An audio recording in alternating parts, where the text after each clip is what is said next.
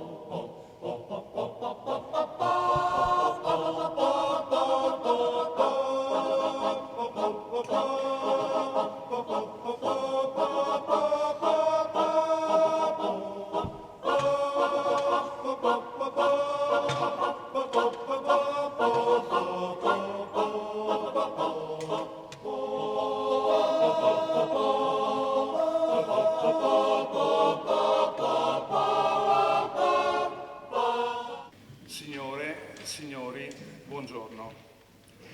Venerdì scorso, 26 gennaio, Giornata Nazionale della Memoria e del Sacrificio degli Alpini, ricorreva l'81esimo anniversario della battaglia di Nikolajevka. Oggi gli alpini della sezione di Vittorio Veneto, per onorarne il ricordo, si sono riuniti in questa chiesa per assistere con tutti voi fedeli alla celebrazione della Santa Messa in memoria di tutti i caduti. Hanno invitato anche le rappresentanze vittoriesi delle altre associazioni d'Arma, che, se non proprio a Nikolajevka, hanno vissuto altri durissimi momenti di sofferenza nella campagna di Russia, momenti di dolore che oggi vogliamo accomunare nel ricordo. Concreta testimonianza di questa vicenda qui con noi è anche questa croce che Alfonso Palatini, tenente medico di Vittorio Veneto, durante la campagna di Russia recuperò da una chiesa semidistrutta portandola con sé nel rientro in Italia. La croce è stabilmente esposta presso il Sacrario delle Bandiere, realizzato presso la chiesa di San Giuseppe al Foro Boario e custodita con cura dalla consulta delle associazioni combattentistiche d'Arma di Vittorio Veneto, che ringraziamo per averne concesso la sua presenza quanto mai significativa. Ieri, sabato 27 gennaio, ricorreva l'anniversario della liberazione degli ebrei prigionieri del campo di concentramento di Auschwitz da parte delle truppe dell'armata russa nel 1945. È il giorno della memoria, al fine di ricordare la Shoah, lo sterminio del popolo ebraico, le leggi razziali, la persecuzione italiana di cittadini ebrei, gli italiani che hanno subito la deportazione, la prigionia, la morte, nonché coloro che anche in campi e schieramenti diversi si sono opposti al progetto di sterminio e a rischio delle proprie vite hanno salvato altre vite e protetto i perseguitati.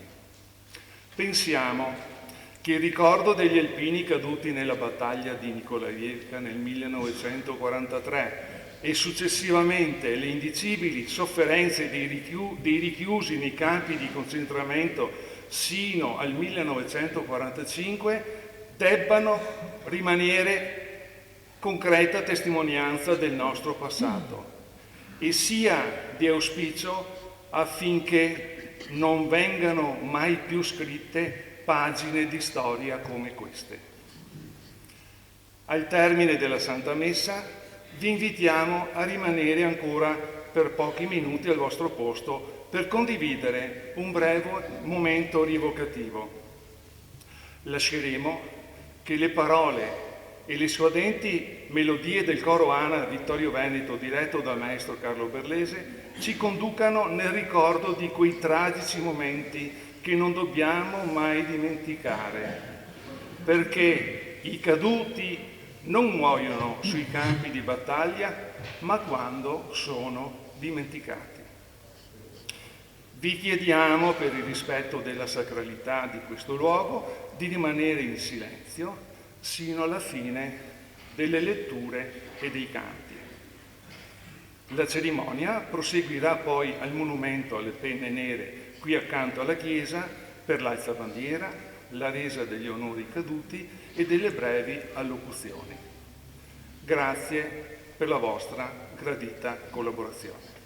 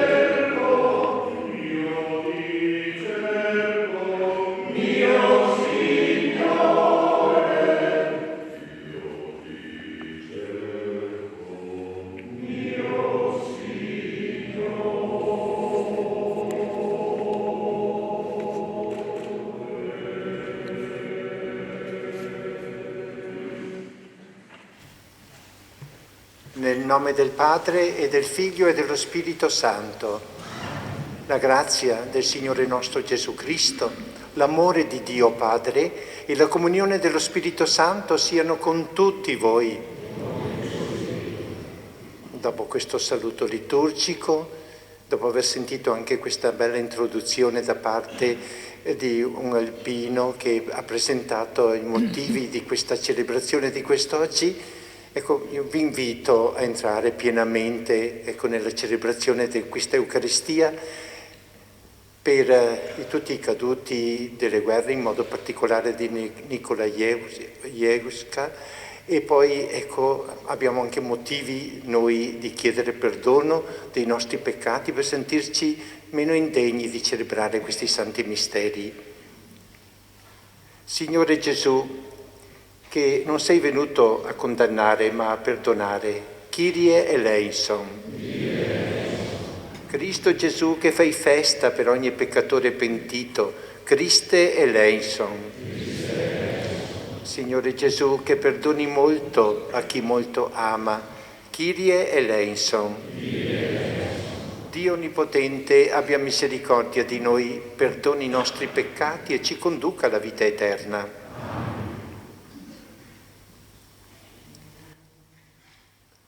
Gloria, gloria, in excelsis Deo, gloria.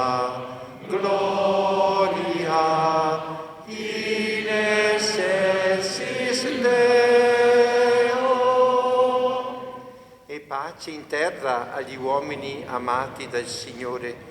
Noi ti lodiamo, ti benediciamo, ti adoriamo, ti glorifichiamo, ti rendiamo grazie per la tua gloria immensa, Signore Dio, Re del cielo, Dio Padre onnipotente, Signore Figlio unigenito Gesù Cristo, Signore Dio, Agnello di Dio, Figlio del Padre, tu che togli i peccati del mondo, abbi pietà di noi. Tu che togli i peccati del mondo, accogli la nostra supplica.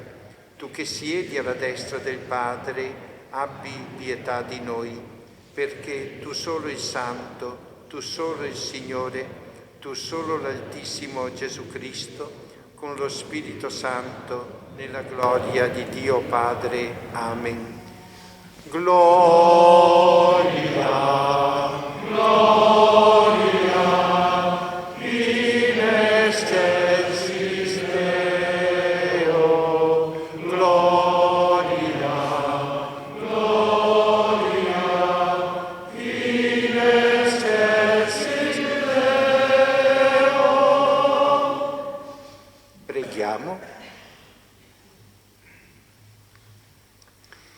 O Padre, che hai inviato il tuo Figlio a insegnare con autorità la tua via e a liberarci dalle potenze del male, fa che sperimentiamo l'intima gioia di affidarci unicamente a te per testimoniare con la vita la nostra fede.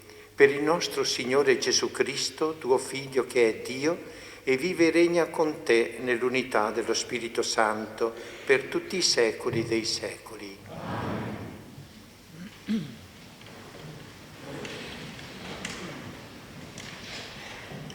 Dal libro del Deuteronomio. Mosè parlò al popolo dicendo: il Signore tuo Dio susciterà per te, in mezzo a te, tra i tuoi fratelli, un profeta pari a me. A lui darete ascolto.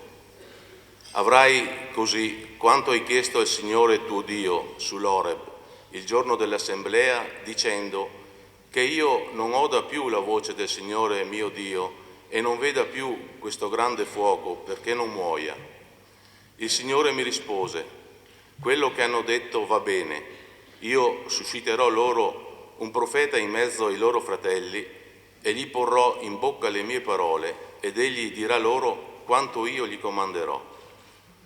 Se qualcuno non ascolterà le parole che egli dirà in mio nome, io gliene domanderò conto.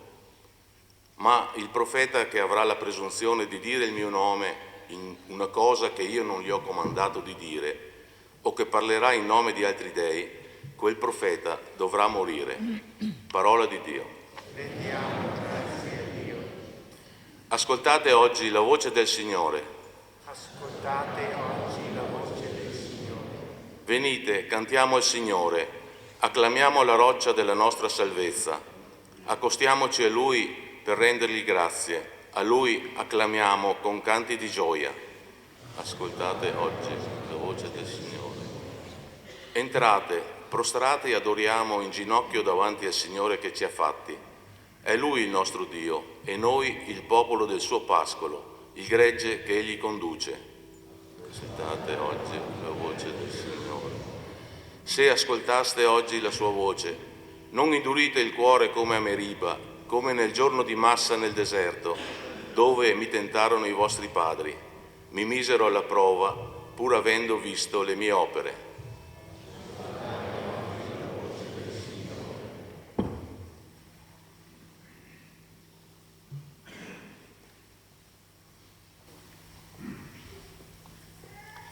Dalla prima lettera di San Paolo Apostolo ai Corinzi. Fratelli, io vorrei che foste senza preoccupazioni. Chi non è sposato si preoccupa delle cose del Signore, come possa piacere al Signore. Chi è sposato invece si preoccupa delle cose del mondo, come possa piacere alla moglie, e si trova diviso. Così la donna non sposata, come la Vergine, si preoccupa delle cose del Signore, per essere santa nel corpo e nello spirito. La donna sposata invece si preoccupa delle cose del mondo, come possa piacere al marito. Questo lo dico per il vostro bene, non per gettarvi un laccio, ma perché vi comportiate degnamente e restiate fedeli al Signore senza deviazioni. Parola di Dio. Rendiamo grazie.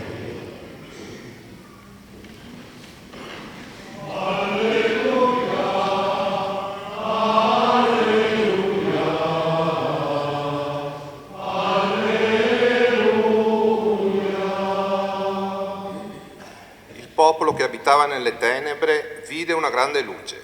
Per quelli che abitavano in regione e ombra di morte, una luce è sorta.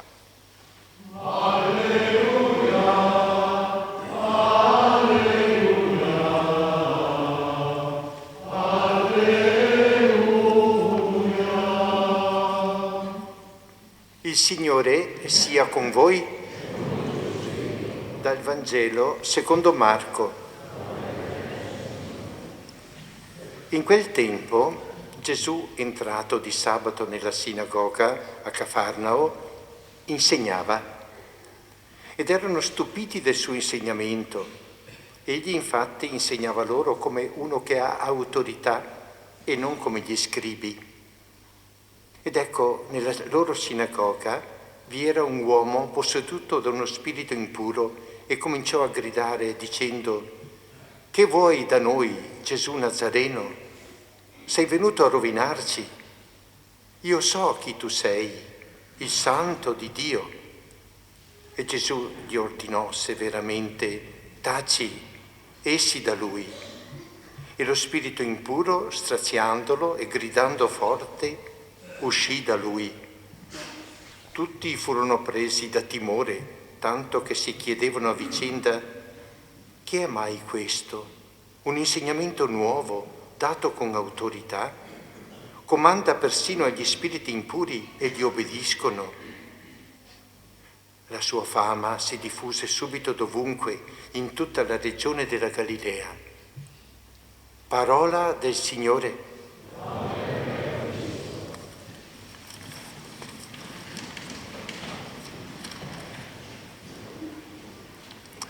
Siamo qui quest'oggi per commemorare la brutta battaglia in Russia di 81 anni fa, la battaglia di Nikolaevka. E questo ci è stato annunciato prima che iniziasse la Santa Messa e seguiremo al termine della Messa con canti, con interventi per entrare in questo clima, per commemorare bene e pregare anche per tutti i caduti di quella guerra. Io in questa omelia devo riferire un'altra battaglia, quella che abbiamo sentito oggi nel Vangelo, di Gesù e il diavolo. Una battaglia che questa volta la vince Gesù, ma sempre dovrebbe vincere il Signore, ecco, tutte le battaglie del mondo, della nostra vita. Gesù si è presentato bene in quel sabato nella sinagoga di Cafarnao, in riva al lago di Tiberiade. Sinagoga era la chiesa per gli ebrei e al sabato tutti si ritrovavano per ascoltare le letture commentate dai rabbini, dagli scribi, per pregare con i salmi. E Gesù anche è entrato, allora anche lui come al solito, nel sabato in quella sinagoga. Però entra non per ascoltare questa volta, ma è detto ripetutamente per insegnare. E desta stupore perché non insegna come gli scribi che si riferiscono: Dio ha detto che, ecco, ma lui: io vi dico, è stato detto dai profeti così, ma io vi dico, e insegna presentandosi con autorità, con autorevolezza Gesù, e crea stupore soprattutto quando comanda il diavolo di uscire da quell'uomo e quel diavolo obbedisce e se ne va. Però ecco, guardiamolo in scena anche questo diavolo che tenta, ecco, di mettere in difficoltà Gesù e dice così: perché vieni a tormentarci, Gesù Nazareno? Io so chi tu sei il Santo di Dio. Quindi lo spirito ecco, pur essendo diavolo, è uno spirito spirituale, per cui ha l'intelligenza superiore a quella umana e quindi sente che c'è questa presenza del Messia in Gesù di Nazareth e quindi lo provoca con queste parole: io so chi tu sei, vieni a rovinarci. Parla al plurale, non è soltanto un diavolo, è una legione, sempre il diavolo si presenta così. E Gesù non entra in discorso, non entra in dialogo con lui, ecco, interviene subito: taci, esci da questo uomo, esci da costui, e il diavolo obbedì. O possiamo dire, come sarebbe stato bene che Gesù fosse presentato in carne ed ossa anche ai tempi terribili di quei dittatori che hanno provocato quei grandi disastri, quella guerra 80 anni fa, e avesse detto a quei comandanti, dittatori terribili di quel tempo: taci, esci da costui. Diavolo che metti nel cuore dell'uomo, ecco, questi terribili propositi di distruzione, di male, esci, taci, esci da lui. E avremmo evitato di sentir raccontare quelle terribili vicende delle guerre, avremmo evitato di sentire quella Shoah, quelle cose che sono state raccontate soprattutto ieri l'altro, ecco, dei deportati nei campi di concentramento e di sterminio. Però anche ai nostri giorni sembra che vinca il diavolo. Anche noi, nei nostri tempi, serve bisogno che tu, Signore, intervenga in carne ed ossa qui, come quella volta nella sinagoga, e dire: taci, esci da costoro, esci in questi tempi terribili dai dittatori dei nostri tempi, taci, esci, demonio, da chi provoca la guerra in Ucraina, taci e esci, demonio, dai terroristi palestinesi che hanno provocato uccisioni e rapimenti. Taci e esci, demonio, da Israele che sta facendo rappresaglie, facendo soffrire tante persone innocenti. Taci, esci, demonio, da tanti provocatori di guerre nel mondo, anche ai nostri giorni. E Signore Dio dice anche a noi oggi, come ha detto a Mosè, abbiamo sentito nella prima lettura: ecco, io susciterò un profeta con la P grande, perché Mosè si lamentava vedendo vicina la sua fine e non riuscendo più a condurre il suo popolo. Mosè domanda al Signore un aiuto e il Signore Dio promette: susciterò un profeta. Evidentemente il profeta con la P grande è Gesù, che è venuto e che è sempre con noi. E quindi sentiamo anche questa potenza di Dio che si manifesta attraverso il Signore Gesù, che è sempre con noi. Però il Signore Gesù suscita profeti anche che rappresentano il Signore Gesù, e il personaggio più autorevole, più importante che sentiamo ed è Papa Francesco. Quante volte grida forte, quasi come Gesù: taci, esci da questi uomini che covano il male, hanno propositi di male nel loro cuore, e quindi auspica la pace, auspica il perdono, auspica un mondo migliore. E sentiamo, ecco, questo appello continuo. E c'è chi lo ascolta. Io penso anche noi tante volte cerchiamo di creare pace nei nostri ambienti. Abbiamo qui gli alpini oggi in questa manifestazione, ecco, sappiamo quanto sono meritevoli di ringraziamento, di complimenti, di elogio, perché ecco, in questi tempi organizzano non soltanto questa bella celebrazione di oggi, ma sempre disponibili quando si tratta di intervenire per aiutare nelle calamità, nei momenti di difficoltà. Ecco, abbiamo motivo oggi anche di dire grazie per questo. Però anche a livello nostro, vediamo oggi la parola del Signore ecco, che provochi qualche cosa. Non siamo qua soltanto per commemorare le cose del passato, ma per vivere noi la nostra battaglia, anche nelle nostre famiglie, nelle nostre comunità. Ecco, è introdotto questo spirito del male, questi odi, questi rancori, queste divisioni. Il Signore possa dire a ciascuno di noi: oggi lasciati liberare, e dire al diavolo: taci, esci da me, esci dalla mia famiglia, esci dal mio ambiente.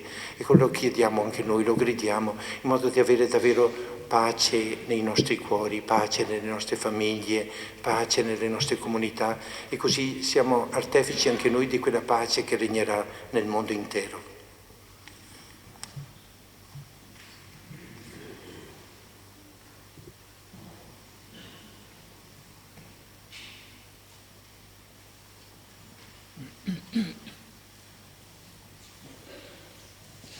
Credo in un solo Dio, Padre Onnipotente, Creatore del cielo e della terra, di tutte le cose visibili e invisibili. Credo in un solo Signore Gesù Cristo, unigenito Figlio di Dio, nato dal Padre prima di tutti i secoli, Dio da Dio, luce da luce, Dio vero da Dio vero, generato, non creato, della stessa sostanza del Padre.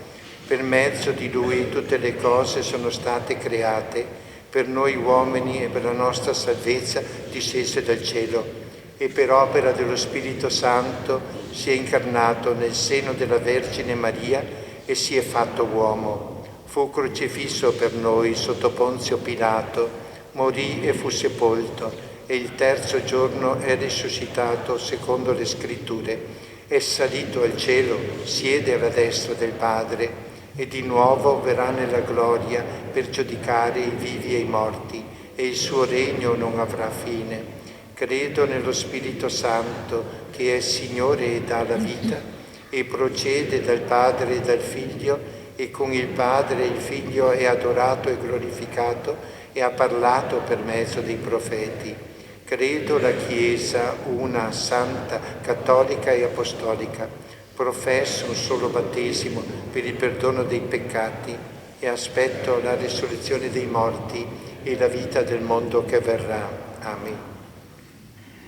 Fratelli e sorelle, Gesù è la parola vivente che orienta la nostra esistenza e apre orizzonti di vita buona.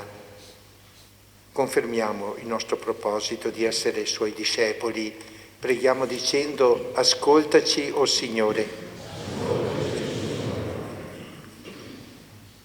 Per la Santa Chiesa di Dio, popolo dei chiamati e dei salvati, noi ti preghiamo. Ascoltaci, o Signore. Per il Papa e i pastori che chiami a guidare, santificare e ammaestrare il tuo popolo, noi ti preghiamo. Ascoltaci, o Signore. Per tutti i caduti di ogni parte e di ogni fronte, oggi in particolare per gli alpini di Nikolaevka, perché il loro estremo sacrificio ci sia di monito e ci aiuti ad evitare la follia di nuovi conflitti e nuove perdite di vite umane, noi ti preghiamo. Ascoltaci, o Signore. Perché non avvengano mai più nel mondo stragi di persone innocenti, di qualsiasi razza, religione, popolo, nazione, condizione sociale e personale o colore della pelle, noi ti preghiamo. Ascoltaci, o Signore. Perché il rifiuto della violenza e l'avvio di una coesistenza giusta e fraterna aprano un futuro migliore nella costante ricerca delle vie del bene e della pace, noi ti preghiamo. Ascoltaci, o Signore. Per la nostra comunità nazionale e locale, perché trovi le risorse e le energie necessarie ad affrontare le sfide del presente e guardare con nuovo ottimismo al futuro, noi ti preghiamo. Ascoltaci, o Signore. La tua parola, Signore, sia conforto nelle delusioni, balsamo per le ferite, sollievo nelle fatiche. Tu conosci la nostra incostanza nell'aderire a te, eppure osiamo confidare nella tua misericordia. tu che vivi e regni nei secoli dei secoli. Amen.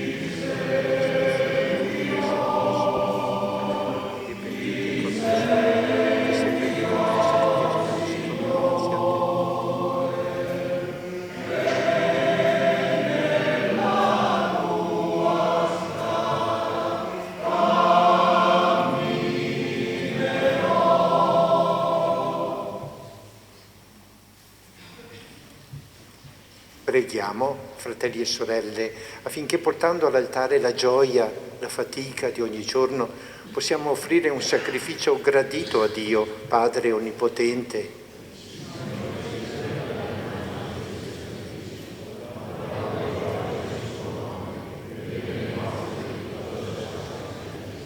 Accogli con bontà, o Signore, i doni del nostro servizio sacerdotale, li deponiamo sull'altare perché diventino sacramento della nostra redenzione, per Cristo nostro Signore. Il Signore sia con voi, in alto i nostri cuori. Rendiamo grazie al Signore nostro Dio. È veramente cosa buona e giusta, nostro dovere e fonte di salvezza, rendere grazie sempre e in ogni luogo a te, Signore Padre Santo, Dio Onnipotente ed Eterno. Tu hai creato il mondo nella varietà dei suoi elementi e hai disposto l'avvicendarsi dei tempi e delle stagioni. All'uomo, fatto a tua immagine, hai affidato le meraviglie dell'universo, perché, fedele interprete dei tuoi disegni, si prenda cura di tutto il creato e nelle tue opere glorifichi te, per Cristo Signore nostro. E noi, con tutti gli angeli del cielo, innalziamo a te la nostra lode, acclamando con festosa esultanza.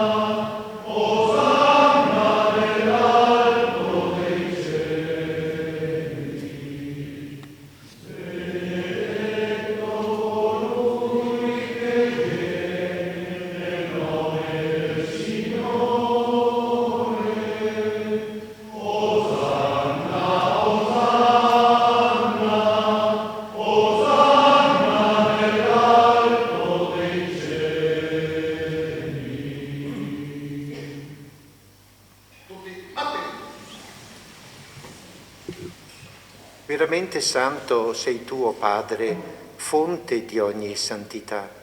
Ti preghiamo, santifica questi doni con la rugiada del tuo Spirito, perché diventino per noi il corpo e il sangue del Signore nostro Gesù Cristo. Egli, consegnandosi volontariamente alla passione, prese il pane, rese grazie, lo spezzò, lo diede ai suoi discepoli e disse: prendete e mangiatene tutti, questo è il mio corpo, offerto in sacrificio per voi.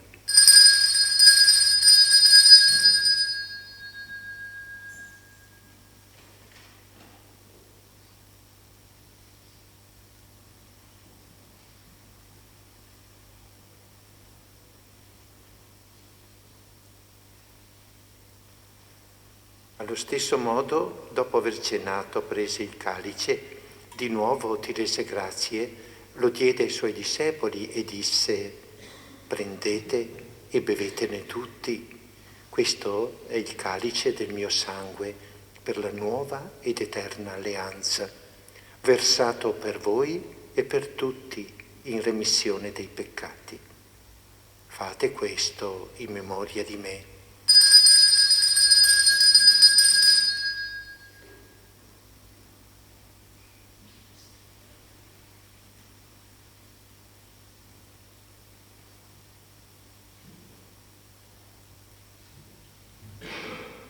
Mistero della fede, annunciamo la tua morte, Signore, proclamiamo la tua risurrezione e l'attesa della tua venuta. Celebrando il memoriale della morte e risurrezione del tuo Figlio, ti offriamo, Padre, il pane della vita e il calice della salvezza, e ti rendiamo grazie perché ci hai resi degni di stare alla tua presenza a compiere il servizio sacerdotale. Ti preghiamo umilmente per la comunione al corpo e al sangue di Cristo, lo Spirito Santo ci riunisca in un solo corpo. Ricordati, Padre, della tua Chiesa diffusa su tutta la terra e qui convocata nel giorno in cui il Cristo ha vinto la morte e ci ha resi partecipi della sua vita immortale. Rendila perfetta nell'amore in unione con il nostro Papa Francesco, il nostro Vescovo Corrado, i presbiteri e i diaconi. Ricordati anche dei nostri fratelli e sorelle che si sono addormentati nella speranza della risurrezione. Ti raccomandiamo in modo particolare i caduti della battaglia di Nikolajevka. Ricordati anche nella tua misericordia dei nostri parenti defunti, di coloro che hanno la celebrazione della Santa Messa in questo giorno, e di tutti i defunti, ammettili alla luce del tuo volto. Di noi tutti abbi misericordia. Donaci di aver parte alla vita eterna insieme con la Beata Maria, Vergine e Madre di Dio, San Giuseppe suo sposo, gli Apostoli e tutti i santi che in ogni tempo ti furono graditi, e in Gesù Cristo tuo Figlio canteremo la tua lode e la tua gloria. Per Cristo, con Cristo e in Cristo, a te Dio Padre Onnipotente, nell'unità dello Spirito Santo, ogni onore e gloria per tutti i secoli dei secoli. Sentiamoci uniti tra di noi mentre ci rivolgiamo a Dio nostro Padre con confidenza, con fiducia di figli, come Gesù ci ha insegnato. Padre nostro che sei nei cieli, sia santificato il tuo nome, venga il tuo regno, sia fatta la tua volontà, come in cielo così in terra. Dacci oggi il nostro pane quotidiano, rimetti a noi i nostri debiti, come anche noi li rimettiamo ai nostri debitori, e non abbandonarci alla tentazione, ma liberaci dal male. Liberaci, o Signore, da tutti i mali, concedi la pace ai nostri giorni e con l'aiuto della tua misericordia vivremo sempre liberi dal peccato e sicuri da ogni turbamento, nell'attesa che si compia la beata speranza e venga il nostro Salvatore Gesù Cristo. Signore Gesù Cristo, che hai detto ai tuoi apostoli: vi lascio la pace, vi do la mia pace, non guardare ai nostri peccati, ma alla fede della tua Chiesa, e donale unità e pace secondo la tua volontà, tu che vivi e regni nei secoli dei secoli. La pace del Signore sia sempre con voi. Scambiamoci un segno di pace.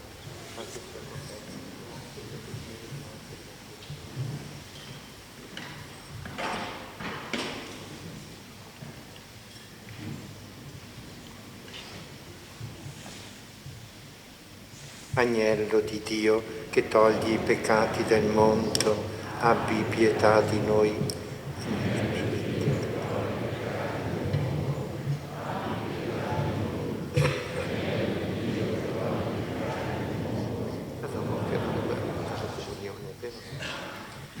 Ecco l'agnello di Dio, ecco colui che toglie i peccati del mondo.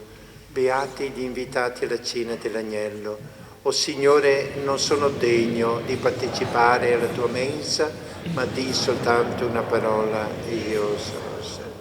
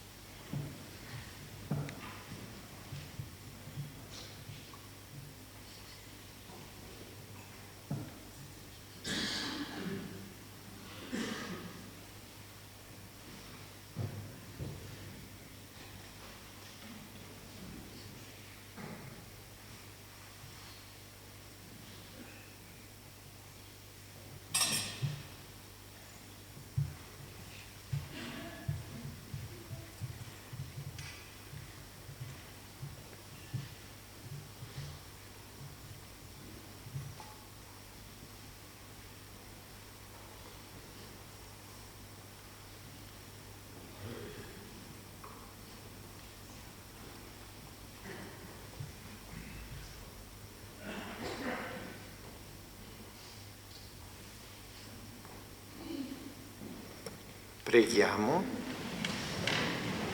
O Signore, che ci hai nutriti con il dono della redenzione, fa che per la forza di questo sacramento di eterna salvezza cresca sempre più la vera fede per Cristo nostro Signore.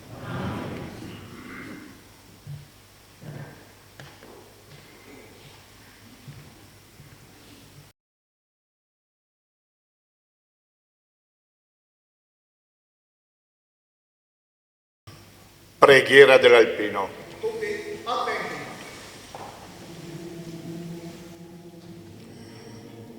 Sulle nude rocce, sui perenni ghiacciai, su ogni balsa delle Alpi, ove la provvidenza ci ha posto a baluardo fedele delle nostre contrade, noi, purificati dal dovere pericolosamente compiuto, eleviamo l'animo a Te, o Signore, che proteggi le nostre mamme, le nostre spose, i nostri figli e fratelli lontani, e ci aiuti ad essere degni delle glorie dei nostri avi. Dio Onnipotente, che governi tutti gli elementi, salva noi, armati come siamo, di fede e di amore. Salvaci dal gelo implacabile, dai vortici della tormenta, dall'impeto della valanga. Fa che il nostro piede posi sicuro sulle creste vertiginose, sulle dirite pareti, oltre i crepacci insidiosi. Rendi forti le nostre armi contro chiunque minacci la nostra patria, la nostra bandiera, la nostra millenaria civiltà cristiana. E tu, Madre di Dio, candida più della neve, tu che hai conosciuto e raccolto ogni sofferenza ed ogni sacrificio di tutti gli alpini caduti, tu che conosci e raccogli ogni anelito ed ogni speranza di tutti gli alpini vivi e in armi, tu benedici e sorridi ai nostri battaglioni e ai nostri gruppi. Così sia.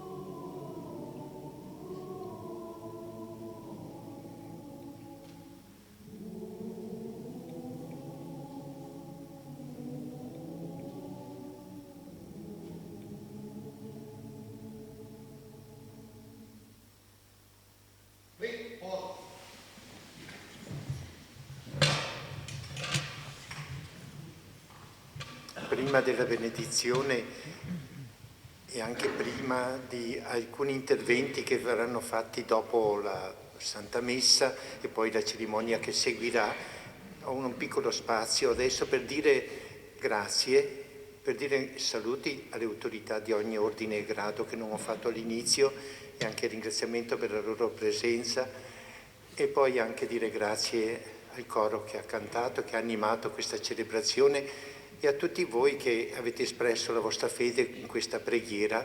E ho sentito proprio calorosa, sentita, ben partecipata. Complimenti a tutti e auguri che possiamo continuare a essere così uniti, così sereni, così gioiosi anche, pur commemorando cose del passato negative, ma la nostra presenza oggi, ecco, dice no, vogliamo vivere tempi diversi, tempi belli, tempi di unità e di pace. Chiediamo la benedizione del Signore. Il Signore sia con voi. Vi benedica Dio Onnipotente, Padre e Figlio e Spirito Santo.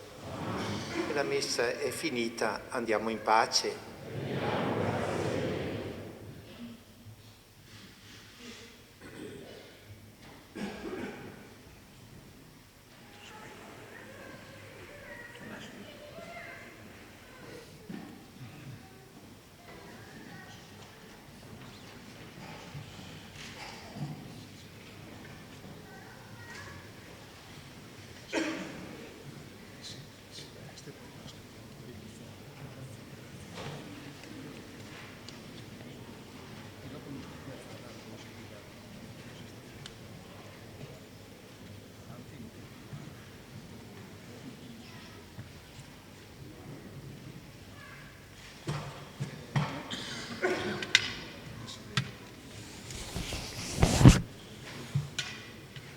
anche dei gagliardetti. Vignezo per qua che c'è in modo che va in fia più venire fia qua. Scusate il busto lì.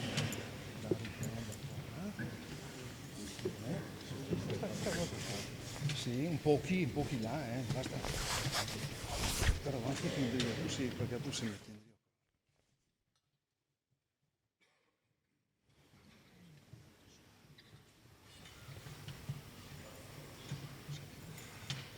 Chiudete la porta. L'evento continua in chiesa per alcuni minuti. Grazie.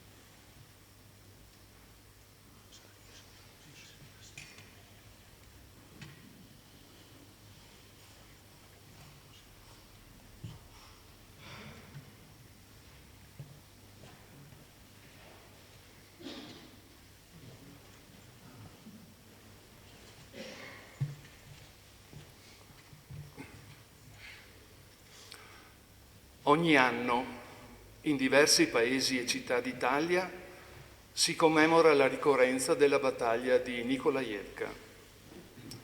Cosa sarà mai che a distanza di 81 anni riunisce tanti alpini, ci fa ancora commuovere al pensiero di quanti sono caduti laggiù, ricordati con una intensità così piena e incombente di averli presenti e reali, brandelli della nostra anima strappata. Nikolajevka, simbolo del sacrificio degli alpini, riconduce alla tragedia più grande che ha coinvolto le truppe alpine. Nikolajevka è il simbolo della memoria che non potrà essere dimenticata. Il suo nome comprende tutto il sacrificio di noi alpini, il ricordo, la solidarietà e il desiderio di pace.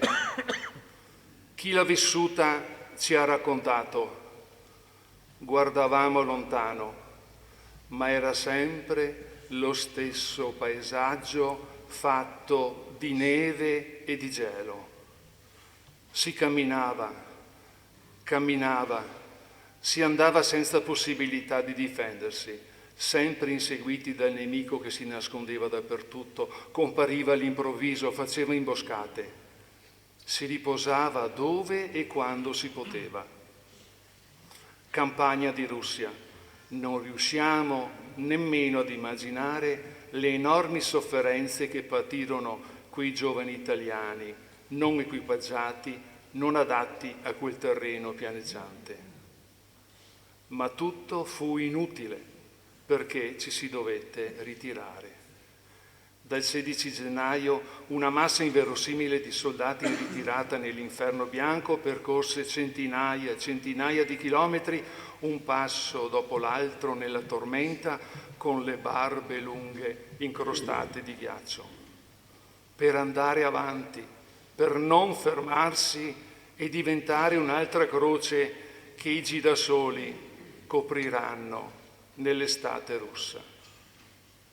Ascoltate, non vi sembra di camminare anche voi con quei soldati?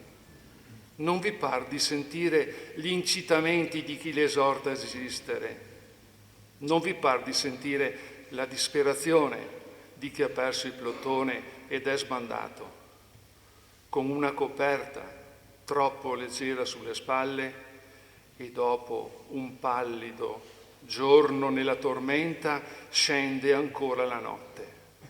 Ascoltate, gelida, interminabile, la notte, per molti l'ultima notte.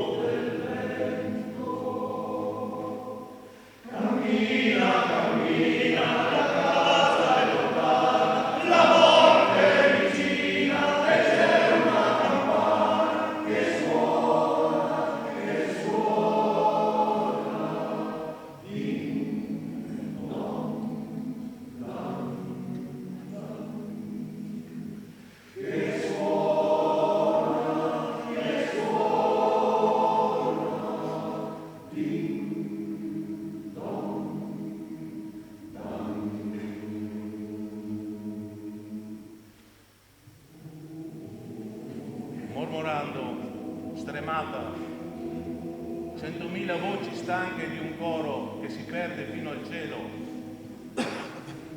Avanzava in lunga fila la marcia dei fantasmi grigio-verde.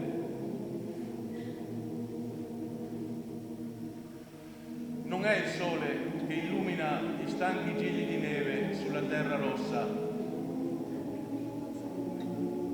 Gli alpini vanno come angeli bianchi e ad ogni passo coprono una fossa.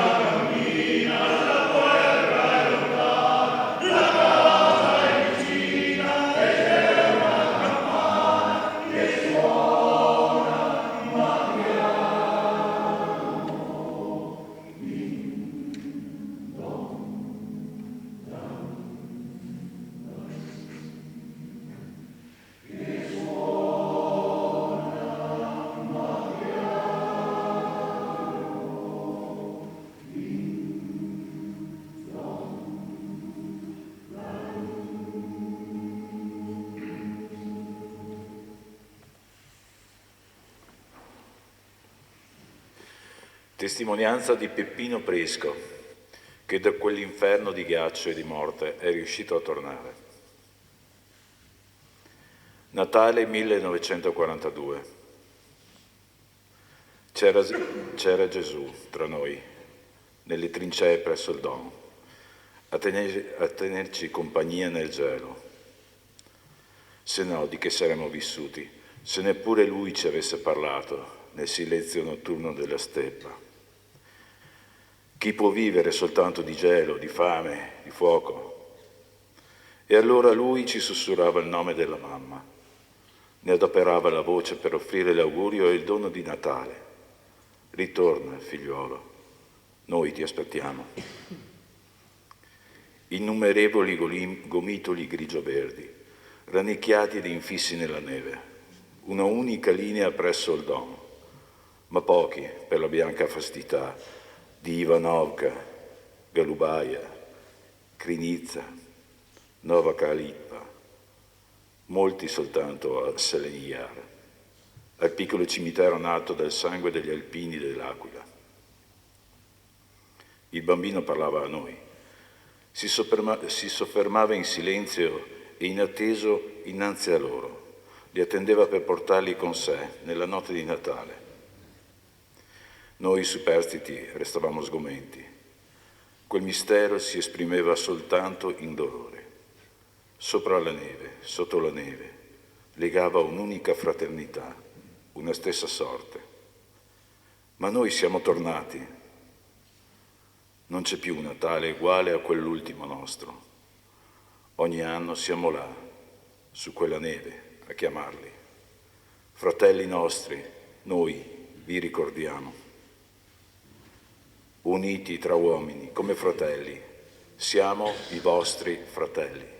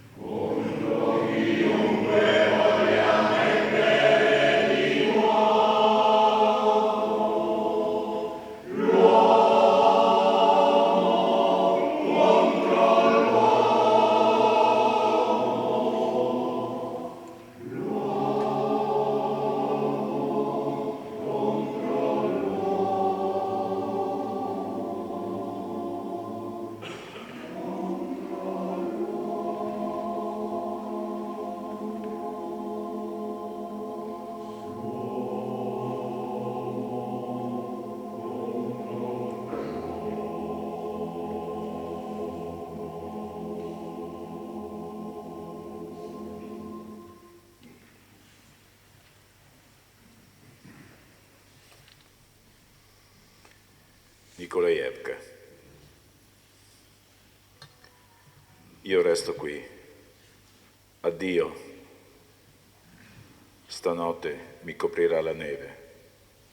E voi che ritornate a casa, pensate qualche volta a questo cielo di Zemboko.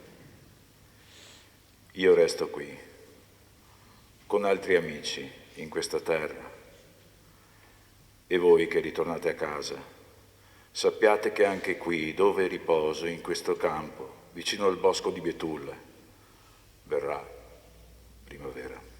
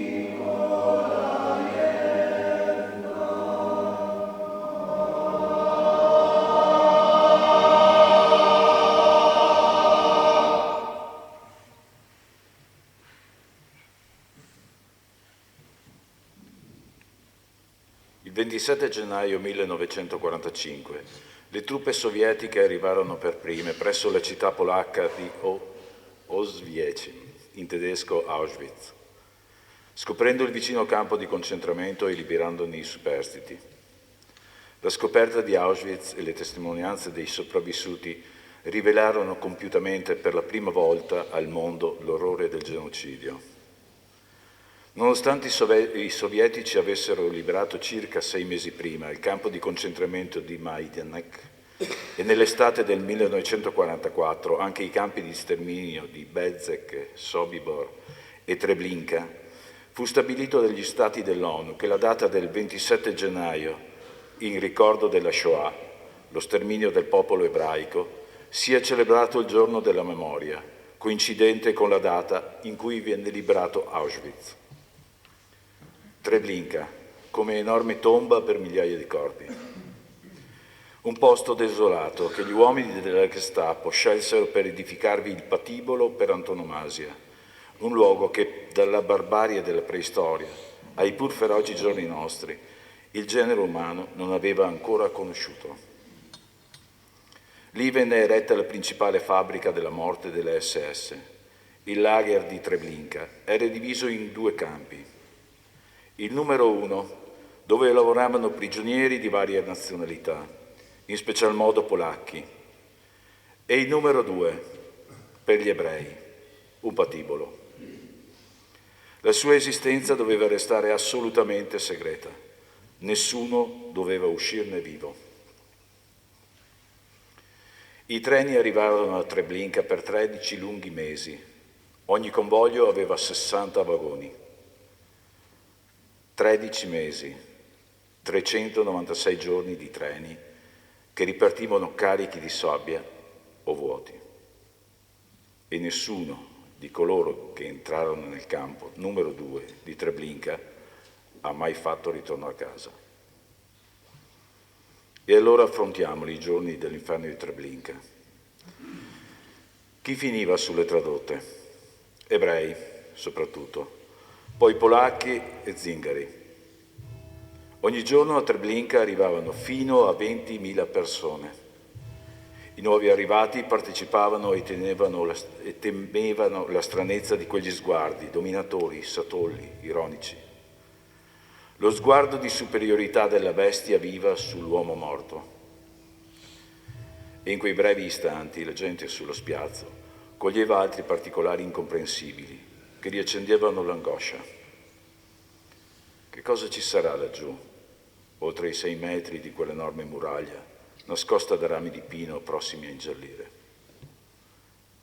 Alla fine però sono tutti sul piazzale. Una strana forza induce gli astanti ad attraversare in silenzio, a passo svelto, senza chiedere nulla, il passaggio che si apre nei 6 metri di filo spinato nascosto fra i rami degli alberi. E il terrore è alla meglio. È finita. Non c'è più niente da fare. La seconda fase del programma prevedeva l'annullamento della volontà dei prigionieri tramite ordini rapidi, continui, assillanti. Gli uomini restino dove sono, donne e bambini a spogliarsi nelle baracche a sinistra. E qui di norma iniziavano scene strazianti. Quel sentimento bellissimo che è l'amore di una madre, di un coniuge o di un figlio, suggerisce alle vittime che è il loro ultimo incontro. Mani che si stringono, baci, benedizioni, lacrime, qualche parola frettolosa in cui riversare tutto l'amore, tutto il dolore, tutta la tenerezza e la disperazione. Il momento in cui i padri vengono separati dalle figlie, le madri dai figli, le nonne dai nipoti e i mariti dalle mogli è un momento cruciale. Ma è già l'ora della fase successiva. Le vittime vengono condotte a uno sportello, la cassa, dove sono invitate a consegnare documenti, oggetti personali e a togliersi gli abiti. Qui, alla cassa, la svolta decisiva. Qui finisce la tortura della menzogna che tiene le vittime in uno stato ipnotico di incertezza, in un delirio febbrile. Nell'arco di qualche minuto si passa dalla speranza alla disperazione, da visioni di vita a visioni di morte. Dunque l'intero processo della catena di montaggio di Treblinka si riduceva al fatto che gradualmente gli esseri umani venivano privati di ciò di cui avevano goduto dalla nascita per la legge sacrosanta della vita. Di lì finivano in un corridoio con un soffitto basso, cemento, e addio cielo, stelle, vento, sole. Lì aveva inizio l'ultimo atto di quella tragedia umana. Si entrava nell'ultimo girone dell'inferno di Treblinka. Le vittime introdotte nella prima sala ricevevano l'ordine di prepararsi perché si diceva loro dovevano fare il bagno. Dopodiché erano fatte entrare nella camera della doccia. La porta della camera di cemento si chiudeva, un pesante chiavistello, ganci e morsetti. Non c'è modo di abbatterla. Avremo mai la forza di pensare che cosa sentissero, che cosa provassero in quei loro ultimi minuti coloro che si ritrovavano nelle camere a gas? Si sa che restavano in silenzio, in piedi stretti gli uni agli altri, gli uni contro gli altri, come un solo uomo, tanto da spezzarsi le ossa, da schiacciarsi la cassa toracica, tanto da non poter respirare, sentendo scorrere l'ultimo rivolo vischioso del sudore della morte.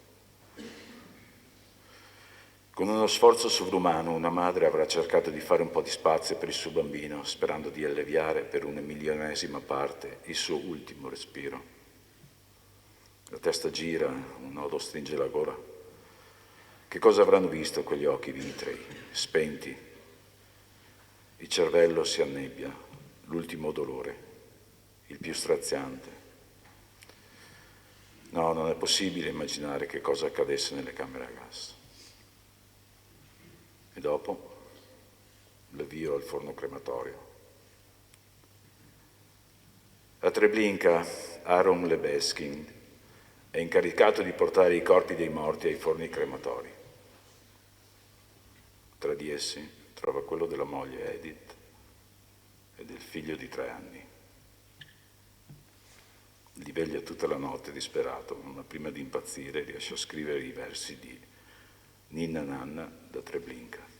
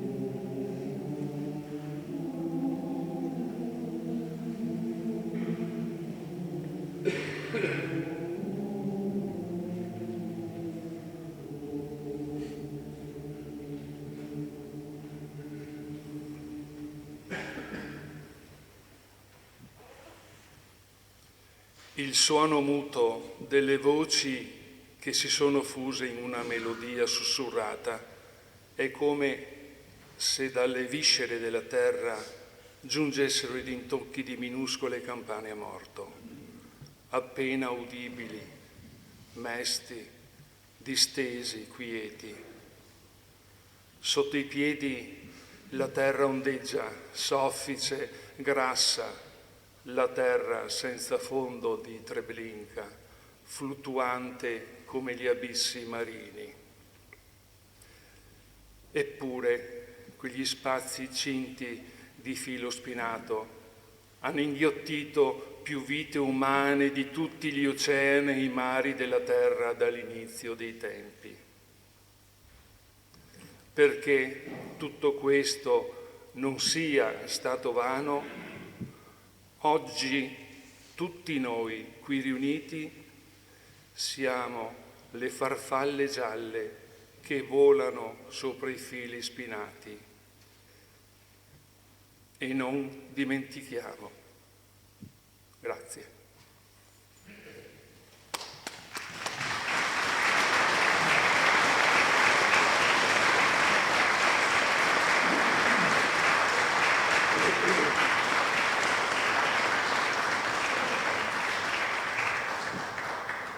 La cerimonia in chiesa si conclude, vi invitiamo a condividere il proseguo al monumento alle penne nere.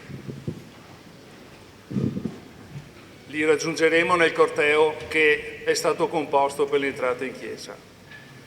Al monumento procederemo all'alzabandiera e alla resa degli onori a delle allocuzioni.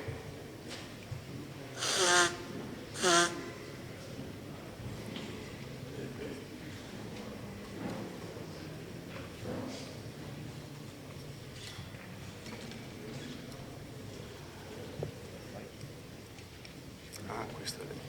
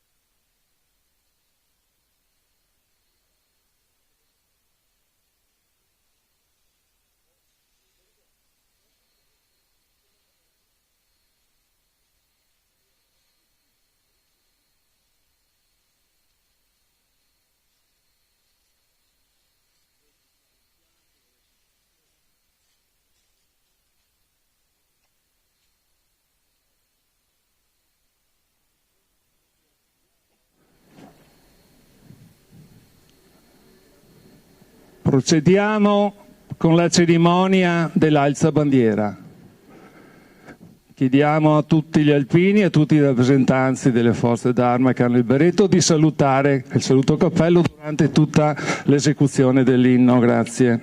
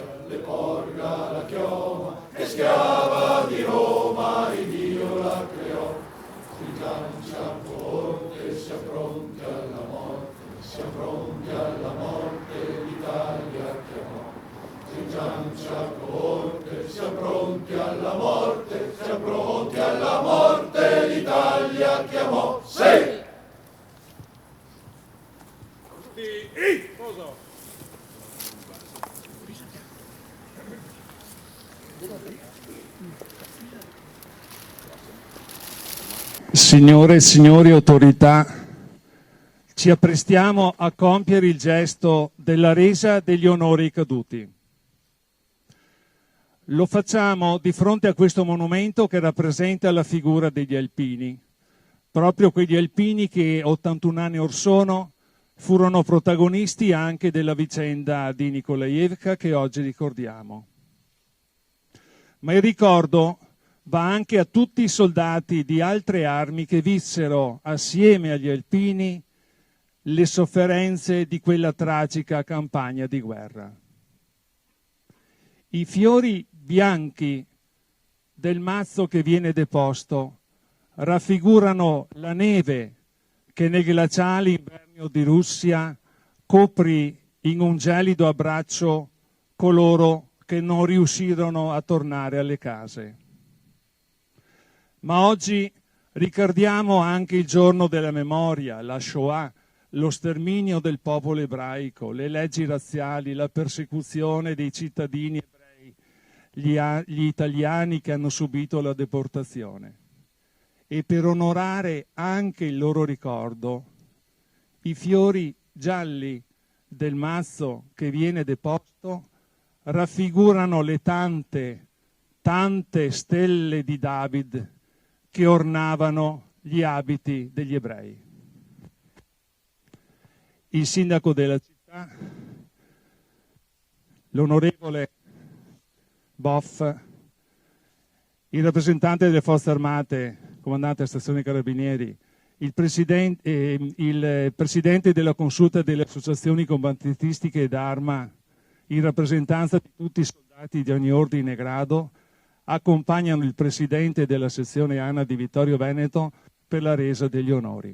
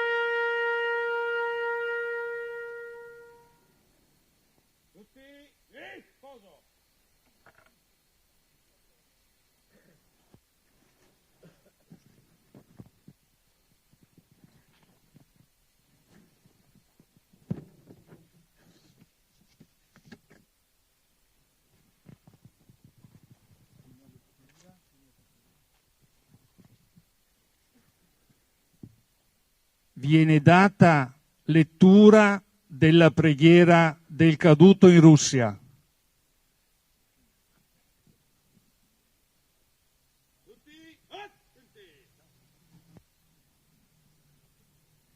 Signore, tu sai che ho lasciato la mia casa per compiere il mio dovere, e tu sai anche che dove il destino mi ha spinto, l'ho compiuto senza fare ritorno. Nessuno conosce la mia sorte, il dolore del mio cuore, la sofferenza della mia carne. Tu sai quanto ho invocato il tuo aiuto, ma così tu hai deciso. Io non sarei tornato alla mia casa, disperso in un turbine di neve, di ghiaccio e di fuoco, nell'infinito del tuo regno.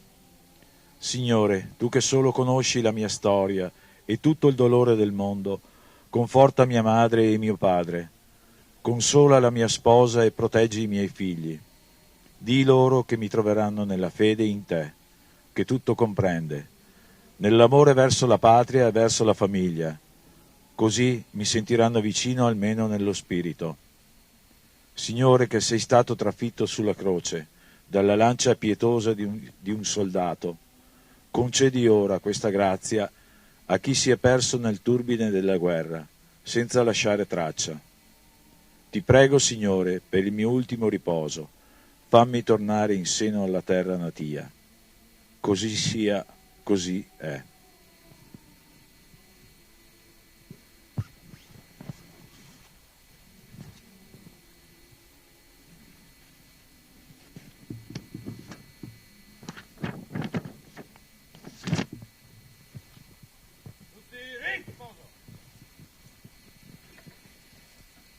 Viene letta la preghiera dell'ex internato e prigioniero di guerra.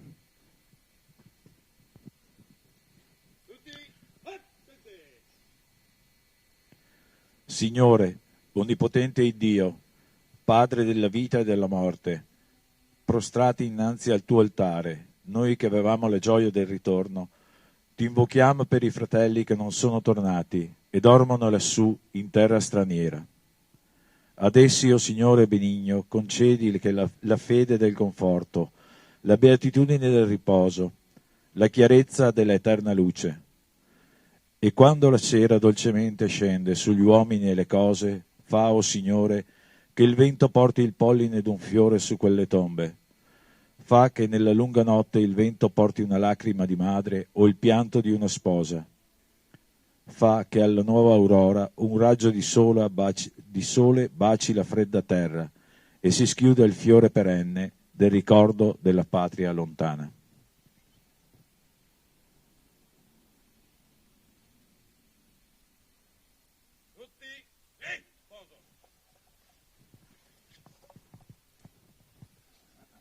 Prende la parola il sindaco della città di Vittorio Veneto.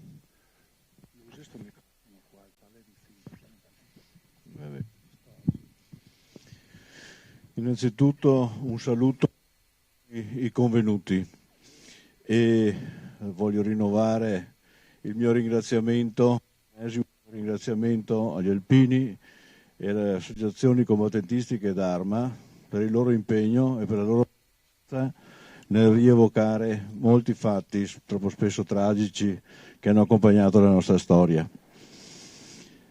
La giornata di oggi ha svariati significati, ma specificamente siamo qua per ricordare il fatto di Nikolaevka. 81 anni e 2 giorni fa avvenne quel fatto di disperato eroismo a tentare di dare al massimo numero di soldati italiani la possibilità di tentare la via di casa. E decine di migliaia furono i caduti quella volta. Lo ricordiamo quel fatto là perché ancora colpisce i ricordi in molte famiglie italiane. La stessa famiglia di mia moglie ha avuto 2 fratelli, Casagrande Giovanni Fante e Casagrande Luigi Bersagliere, caduti a Nikolaevka. Moltiplichiamo questa tragedia familiare per decine di migliaia di volte e abbiamo la misura di quanto avvenne all'epoca. Avevamo ormai assimilato quasi una certezza che fatti del genere non potessero più ripetersi, ma come vediamo dalle notizie che ci arrivano tutti i giorni, motivi per cui la guerra possa scoppiare ce ne sono ancora e stanno succedendo. Quindi motivo in più per ringraziarvi della vostra attività nel rievocare i fatti e nel rafforzarci nella nostra volontà che queste cose non possono più avvenire. Grazie a tutti. Grazie signor Sindaco. Prende la parola l'onorevole Gianangelo Boff.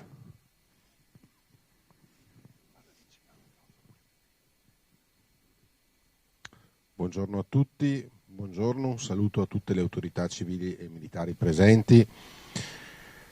Oggi è un giorno che ci porta a commemorare un momento tragico della nostra storia, un momento tragico della storia delle nostre forze armate, con il sacrificio di moltissime vite umane, di moltissime persone che sono state mandate a combattere in terra straniera.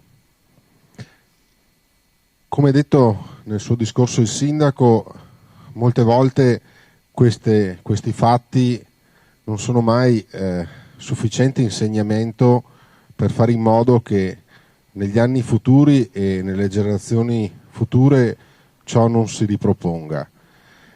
Il problema nasce soprattutto, e lo sentiamo bene nella conclusione della preghiera dell'Alpino, in cui alla fine dice: preserva la nostra millenaria civiltà cristiana. Viene affidato a Dio il fatto che quei valori, quei comportamenti, quelle tradizioni che fanno parte del nostro credo, della nostra convivenza civile, di ciò che ha creato quel modo di convivere e di vivere in pace tra cittadini, tra popoli, nella nostra Italia e ovunque vi sia la civiltà cristiana, quei valori sono quelli che preservano il fatto che ciò non si possa ripetere.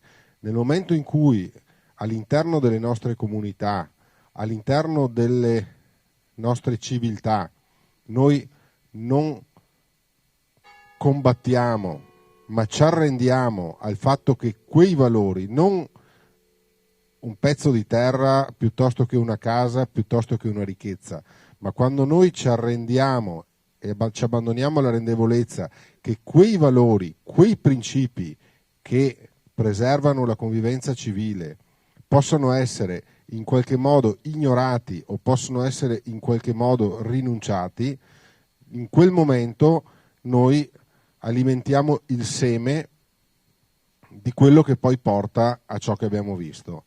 Quindi in questa giornata dobbiamo ricordare le tante vittime che ci sono state a Nikolaevka, le tante vittime che probabilmente ci sono anche nel momento in cui io sto parlando in giro per il mondo, ma se noi vogliamo combattere questo dobbiamo semplicemente tenerci fermi a quei valori e difendere quei valori, riuscire a difenderli con l'intelligenza, riuscire a difenderli con la diplomazia, riuscire a difenderli con la pace, ma ove tutto ciò non sia sufficiente, dobbiamo fare in modo che quei valori e quei principi siano preservati e difesi in tutte le popolazioni del mondo. Solo così potremo evitare che tragedie come questa possano ripetersi. Grazie e buona giornata a tutti.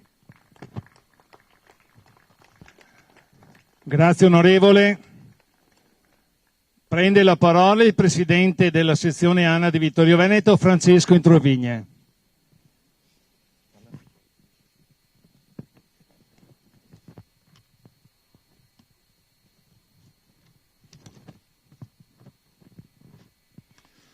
Buongiorno a tutti. Diventa naturale a questo punto che alcuni miei passaggi coincidano con le riflessioni che sono state proposte oggi. Innanzitutto vi ringrazio tutti voi presenti oggi, autorità civili, militari, religiose, consentitemi di citare il signor Sindaco della città Miatto, l'onorevole Boff, i signori sindaci del comprensorio della nostra sezione qua presenti, il Presidente della Consulta Prodomo, il Comandante Bosco, il Presidente emeriti Angelo Biz, che vedo qua, e Dino Salomon, ma non meno anche tutte le rappresentanze delle varie associazioni d'Arma, i cittadini e voi tutti i miei alpini. Grazie, grazie di cuore. Ricordiamo, come è stato detto, 3 momenti importanti, significativi e tragici della nostra storia. Siamo qui per far memoria, per non dimenticare, per guardare agli errori e agli orrori del passato e trarne lezione per un futuro migliore. Purtroppo, come è stato detto, le note vicende mondiali che tutti conosciamo hanno riportato l'umanità indietro, a tempi e stagioni che mai avremmo pensato di dover rivivere. Siamo di fronte a un nuovo crinale apocalittico, per usare un'espressione cara a Giorgio La Pira. In alcune zone del mondo, in un'epoca così travagliata come la nostra, sembra divenuta impossibile non soltanto la convivenza, ma persino la vicinanza. Ce l'ha ricordato il nostro Presidente della Repubblica venerdì scorso. Riflettiamo oggi sull'81esimo anniversario della battaglia di Nikolajevka, quel 26 gennaio 1943, carico di drammaticità, di sofferenza, di morte, ma anche e soprattutto di eroismo, perpetuare i gesti e i valori di quel giorno e in tutte le guerre che hanno dato la sua vita per difendere l'Italia, la loro patria, la nostra patria.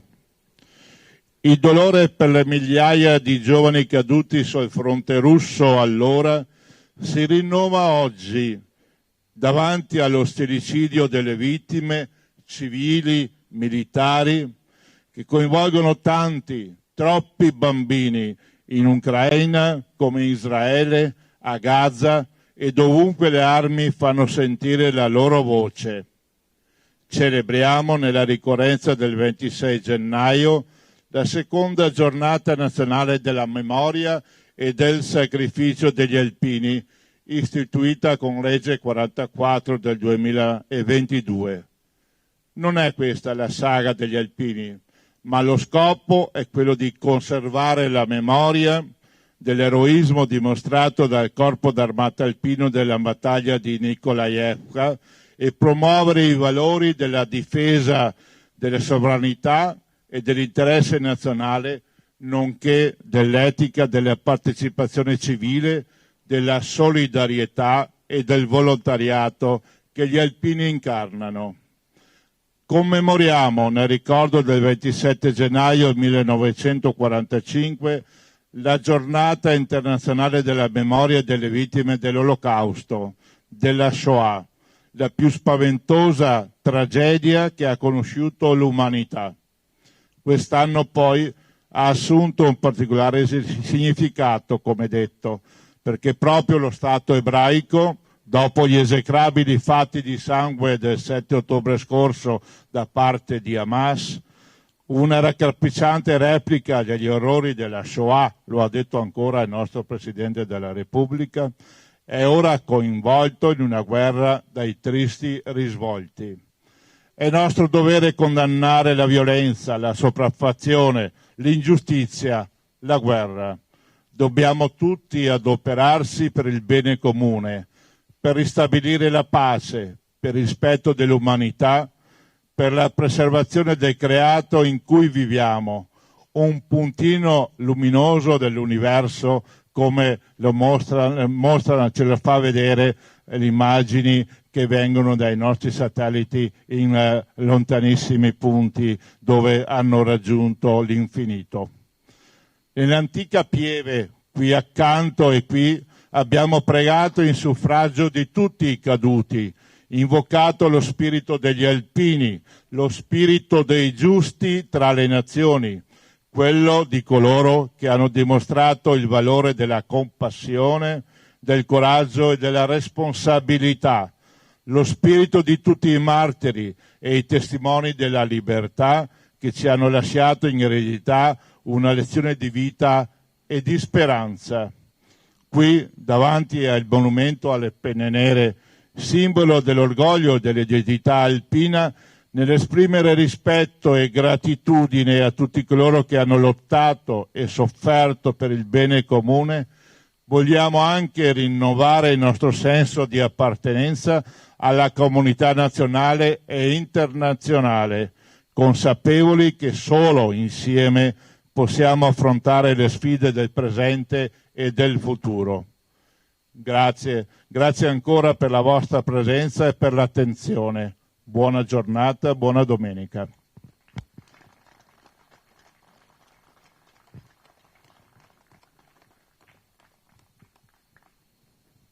Grazie Presidente, la cerimonia a termine.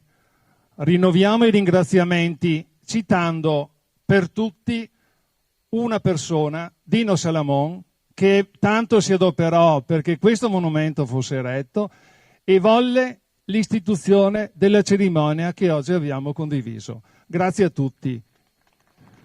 Il clima meteorologico non è coerente con il freddo di Nikolajevka, però per tutti una bevanda mediamente calda viene offerta nello spazio di gioco che è a fianco alla chiesa. Ritroviamoci per un brindisi. Arrivederci alle prossime occasioni. Grazie a tutti. Buongiorno.